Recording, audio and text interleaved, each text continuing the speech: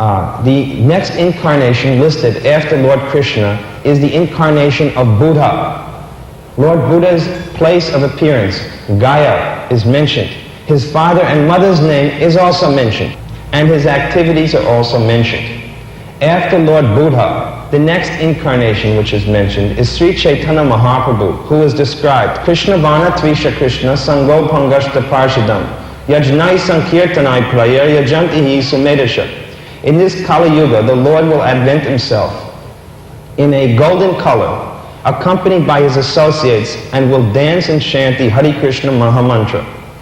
The next incarnation after Sri Chaitanya Mahaprabhu is Kalki Avatar, who comes at the end of Kali Yuga in approximately 427,000 more years. Now, between Chaitanya Mahaprabhu and Kalki Avatar, no other incarnation is mentioned in scripture. So this is one point, that the person who you have mentioned, at least, he's not mentioned anywhere in scripture as his appearance. His father and mother are not mentioned, his place of birth are not mentioned, neither his activities. I'm just going to give you, this is the way you can understand who is an incarnation of God. You see, because anybody can call themselves an incarnation, or anybody can have others who may call themselves. But we have to know what the scientific or shastric method for recognizing the incarnation of God is. This is all I want to point out. First point is that in Shastras, there's no mention of this person coming. Second thing is, as I said to you, the incarnations of God have special physical markings on their bodies. For instance, you will know that Krishna had various markings on his lotus feet. He had the club, he had the disc, and various other different bodily markings by which to recognize him. So do every other incarnation. For example, in one of the incarnations of God known as Prithu Maharaj, as soon as he appeared, all the sages could immediately understand he was a genuine incarnation because of these bodily markings. However, the personality you have mentioned has never described and never has shown. I'm giving you various points by which you can understand who is an incarnation. The next way that you can understand a person is an incarnation of God is by his extraordinary activities. Extraordinary activities mean, for example, Krishna lifted Govardhan Hill for 7 days and 7 nights with one finger. Krishna, when he appeared here, was able to duplicate himself 16,000 times simultaneously and be present in the same different places simultaneously, you see. And this is another display of his opulence. Another point is that Krishna didn't use the words of someone else. He spoke Bhagavad Gita. He didn't quote somebody else. He spoke Bhagavad Gita. So he demonstrated his all-knowing aspect. So these are various ways that we can understand who is a genuine incarnation, you see. Bhagavan. What does Bhagavan mean? Bhagavan means who is the most beautiful. And everyone will accept that person as the most beautiful. Not only a few thousand people or a few million people even. Everyone will realize his beauty. Therefore, Krishna is described as Madan Mohan. What does Madan Mohan mean? It means the bewilderer of Cupid. His beauty is so great that thousands, Kandarpa Koti Karmaniya Vishesha Shobham Govindamadi Purusham Tamaham Bhajami. Thousands and hundreds of thousands of Cupids are swooning at the beauty of God. That's how beautiful he is. Not that his beauty is covered and only some people can recognize him. His strength is unlimited. Krishna is known as Bala, Balaram. Balaram is his brother. He's the expansion of Krishna. And he holds up in his form as Ananta Shesh all of the universes. This is Krishna. Simultaneously, he could defeat hundreds of thousands of soldiers. This is Lord Krishna.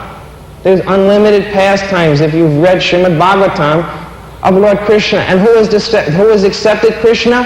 All of the great acharyas have accepted him.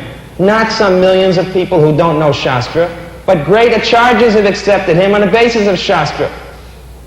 They could understand who is actually God and who is pretending to be God. It's clearly stated that Ramanujacharya, he worships Krishna. You may understand, he's the acharya of the Ramanuja Sampradaya. Madhvacharya, the acharya of Madhva Sampradaya, he worships Krishna. Vishnu Swami, he worships Krishna. Chaitanya Mahaprabhu, even Shankaracharya says, Bhaja Govinda, Bhaja Govinda. He worships Krishna. Said this is not the speculation of someone. Brahma, Lord Brahma, the first person in the universe, says, Govindam Adi Purusham Tamaham Bhajami. He's worshipping Krishna. All of the great demigods, they're worshipping Krishna. Now please tell me how it is that you can say that someone suddenly appears and because he's speaking some verses, it is amazing to me. Is there anywhere in the scriptures that his name, his father and mother's name, and the place of his birth is mentioned? No, as far as according to my knowledge, there is no mention about Sai Baba's name nor his parents. Okay. Next question is, are there any markings on his feet or hands which indicate him to be an incarnation of God? This is what I haven't personally witnessed, but there is a story about Sai Baba having some sort of marking. Having some sort of marking. Have you gone there? Yeah, so you've gone there. Have you seen any markings? I mean, I've seen pictures. Have you seen markings? That marking doesn't mean lines on the hands, sir. I have not seen any markings, but I have seen certain miracles performed by him. That's the next question I'm going to ask of you. Then so far you've answered that you have, that's all right. So far you have answered that he's not mentioned so far that you know in Scripture. Neither he has any markings so far you know on his body to indicate him as an incarnate. The next thing, as I mentioned, is by his wonderful activities. So now you're about to tell us some of the miracles which he has performed. So you can describe some of these miracles which make him the supreme God. Please tell us. Well, I have seen certain miracles performed by Sai Baba in India. Yes, I have witnessed it with my own eyes. Miracles which have cured people with different types of diseases, particularly for one like cancer. Also that he has materialized certain articles, like certain objects. Like what? Religious photographs. A religious photograph. Yes, small statues of Lord Shiva, Lord Ganesha, right? And sacred ashes by the wave of his hand. Just a mere wave of his hand, he has ashes, sacred ashes, and he gives it to devotees. This is what I have personally witnessed. So the first miracle that you mentioned is that he has cured people of cancer. Now I would like to know how many cancer patients have also been cured in hospitals. Is there anyone who ever suffered from cancer who was cured by someone else besides the person you're mentioning? In other words, if there's any doctor who by his treatment has cured patients of cancer, then according to you, that doctor can be called Bhagavan. That's the first point. Whether he does it by his hand or whether he does it by an instrument, I don't think it makes much difference. The real point is that the person got cured of cancer. So now, this means that anyone who can cure someone of cancer is God. This is one of your miraculous statements. Another miraculous statement is that he manufactures pictures and deities within his hand. Now, I would like to point out to you that these same pictures and deities are available in any shop, in any holy place in India. Now, my point again is that what is the value of the miracle? You see, I'll even accept, let us say that we accept that he did manufacture those things in his hand. How valuable is that miracle? In other words, that miracle is as valuable as the value of the picture or murti.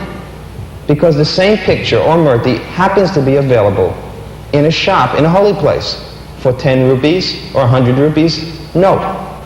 Just like gold, for example. I know so many miracles which he is said to have performed. He's said to have shown gold, manufactured gold. How much gold? How much gold? 10,000 bricks of gold? Then it's valuable. But a little lump of gold, I can go to a jeweler's shop and purchase it, sir.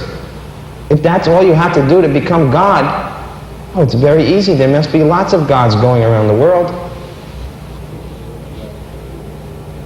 Now, I want to point out that my Gurudev, my spiritual man,